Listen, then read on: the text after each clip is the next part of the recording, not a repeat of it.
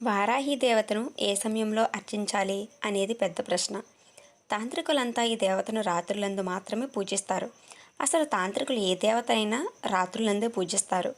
అదీ కాక వారాహి తమోగుణ ప్రధానమైన దేవత. ఇలాంటి దేవతలకు రాత్రి పూజ విశేషం. ఈ రెండు కారణాల చేత వారాహిని రాత్రులందు మాత్రమే పూజిస్తారు. అయితే ఈ పూజ నిశరాత్రి మీద జరుగుతుంది. రాత్రి 10 గంటల ప్రాంతంలో ప్రారంభించి పూజ, అర్చన, జపం, హోమం అన్నీ 2 గంటల దాకా జరుగుతాయి. కాశీలోని వారాహి ఆలయంలో దేవత దర్శనం కూడా రాత్రిపూటే ఉంటుంది. తెల్లవారుజామున 3 గంటలకల్లా ఆలయం మూసేస్తారు.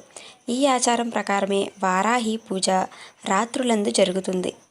కాశీ క్షేత్రంలో గంగానది ఒడ్డున వారాహి ఆలయం ఉంది.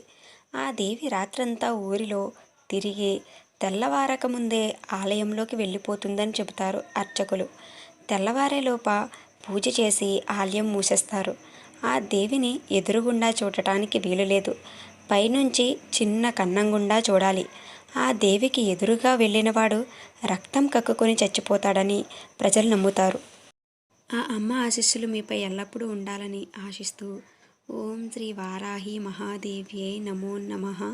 ఓం శ్రీ మహాత్రిపుర సుందరీ దేవియై నమః.